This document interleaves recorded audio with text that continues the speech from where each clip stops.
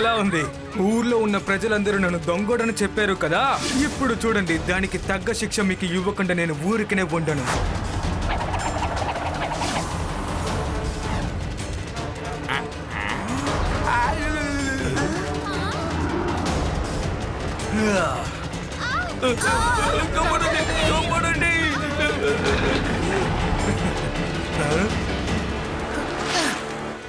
Uncle, మీకు తెలియదేమో, మీరు చేసేదాన్ని దొంగతనం అంటారు.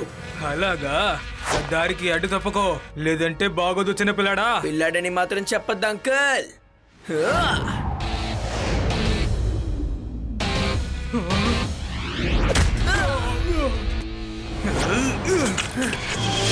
శివ, నా పేరు శివ.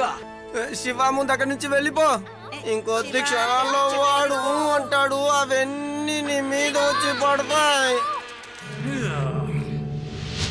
పారిపో శివ, పారిపో.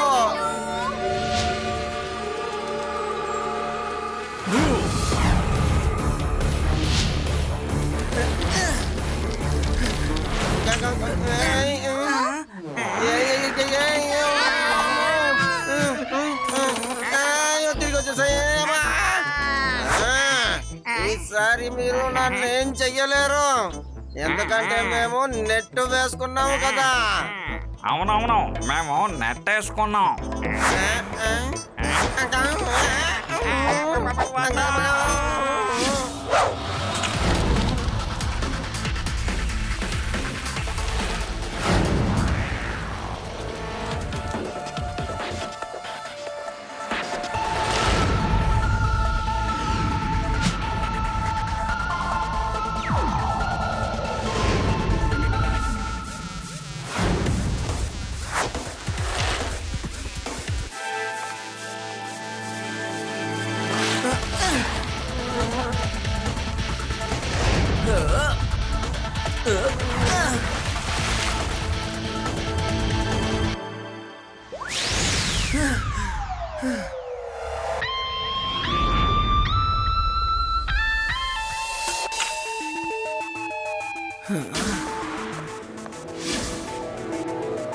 శివ, ఒకవేళ అతను చెప్పేది నిజమై ఉంటుందా?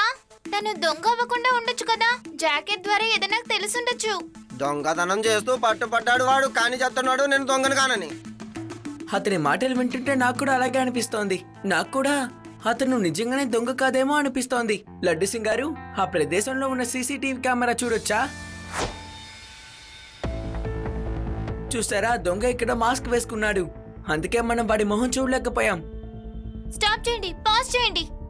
అలా చూడు శివ, ఆ దొంగ చెవులీలు పెట్టుకున్నాడు, కానీ ఆ హనీబీ మనిషి చెవుల్లో చెవులీలు లేవు కదా. అరే రే రే రే రే, ఈ దొంగ కాడ గ్యాంగ్ అన్నమాట.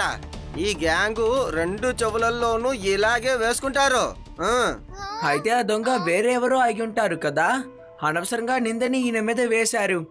కాబట్టి ఇప్పుడు మనం ఆ నిజమైన దొంగని తీసుకొచ్చి ఆ హనీబీ మ్యాన్ ముందు నించోబెట్టకపోతే హనీబీ మ్యాన్ తన తేనెటీగలన్నింటినీ పంపించి ప్రజల మీద పగ తీర్చుకుంటాడు. దొంగ దొంగతనం చేశాక అడవి లోపలికి వెళ్ళిపోయాడు. హనీబీ మ్యాన్ కూడా అక్కడే ఉన్నాడు. అంటే ఒకవేళ ఆ గ్యాంగ్ ఆ అడవిలోనే ఉన్నారా ఏంటి?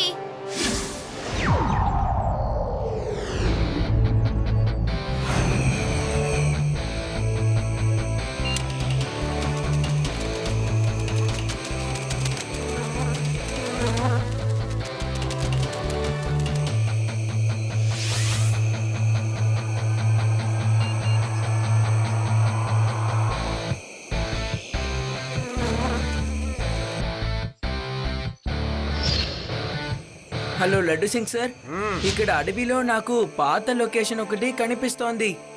నాకు తెలిసి ఆ పాత బిల్డింగ్ లోనే దొంగలు ఉంటుంటారు. మన ఊరికి ఒక కొత్త సమస్య, హనీబీ మ్యాన్. ఈ వేద స్థితి మొత్తం అంతటిని తన దొంగలిస్తున్నాడు. తనకి సహాయం చేస్తుంది భయంకరమైన తేనెటీగలు. తనకి అడ్డు వచ్చిన వాళ్ళందరినీ తేనెటీగలతో ఇబ్బంది పెడుతున్నాడు. ఈ హనీబీ మ్యాన్ చాలా భయంకరమైన వాడిలా ఉన్నాడు. ఆ రోజు నన్ను జనం తరుముకుంటూ వస్తే నేను ఈ నిరికించేసి తప్పించుకొని వచ్చాను. అలా అయితే బాస్, ఈ ఊర్లోకి మనం దొంగతనం చేయలేమా? అయితే మనం ఈ ఊరు వదిలేసి ఇంకో ఊరికి వెళ్ళిపోదాం.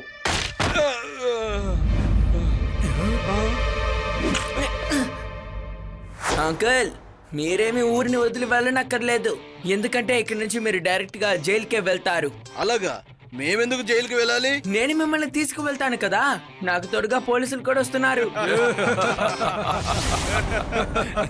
అవును, ఆ రోజు నా దారికి అడ్డు వచ్చినోడవే కదా నువ్వు. రే చిన్న పిల్లవాడా, నా దారికి అడ్డు రాకు.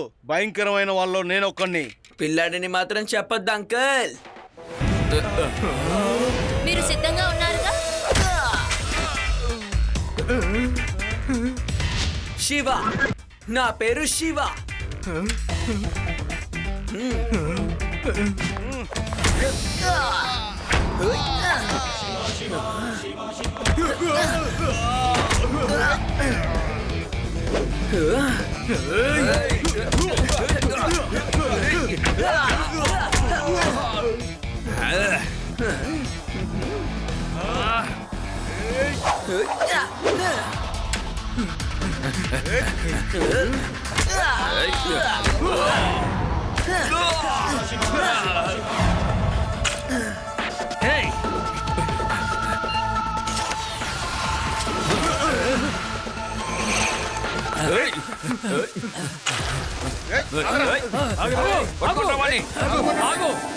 యూడి, వాళ్ళు నీ వైపే వస్తున్నారు.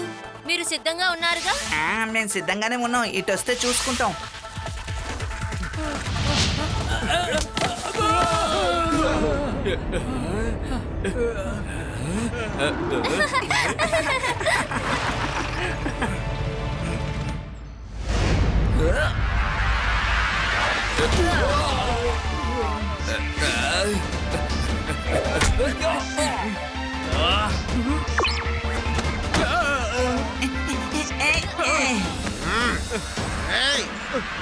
తేనెటీగలు వస్తున్నాయి.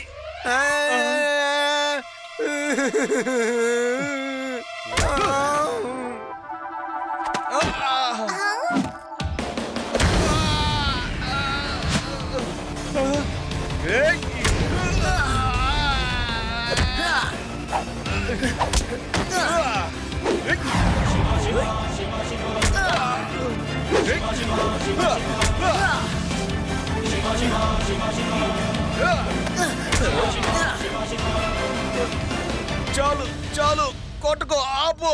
నా జీవితంలో ఎప్పుడు ఇన్ని తన్నులు తిన్నవానే కాదు నేను. ఇంతకు మించి నువ్వు కొట్టడం మొదలు పెడితే నేను తట్టుకోలేను.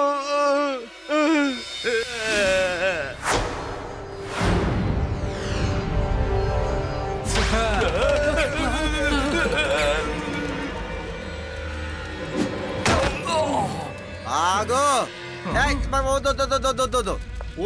నేను చెప్పకో, ఏదని చెప్పకయ్యా. చూడు, చూసావా, మేము దొంగల్ని పట్టుకున్నాం. శివానే పట్టించింది. శివ దొంగలందరినీ పట్టించాడు. దొంగ వీళ్ళే, మీరు కాదు. తెలియక పొరపాట్లో ఏదో జరిగింది. జరిగిన దానికి మీ దగ్గర నేను సారీ చెప్పుకుంటున్నాను. ప్రజలందరి తరపున నేను సారీ చెప్పుకుంటున్నాను. సారీ. ఈ దొంగలకి శిక్ష పడేలా నేను చేస్తాను. చూడండి, నువ్వు వాళ్ళకి శిక్ష ఇవ్వక్కర్లేదు. చట్టం చేసే పని శిక్ష విధించడమే కదా. చట్టమే కదా శిక్షించాలి. అలాగైతే అది నీ ఇష్టం. అందరూ ఒక వైపుకి వెళ్ళిపోండి. త్వరగా.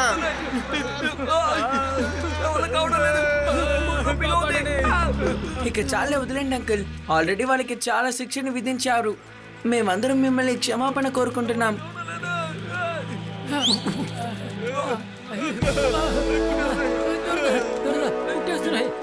సారీ, అది నేనే మీకు చెప్పాలి. ఈ ఊరు జనాలందరినీ నేనే చాలా కష్టపెట్టాను. నాకు ఎంత కోపం వచ్చినా ఇలాంటి తప్పుడు నిర్ణయం నేను తీసుకోకుండా ఉండాల్సింది.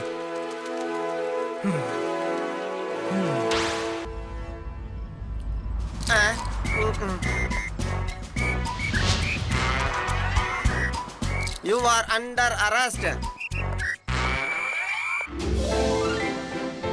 నా దగ్గర ఉన్నది ఒకటే కదా, పర్వాలేదులే. అందరూ నాతో పాటు నడుచుకుంటూ జైలుకి రండి. Let's walk.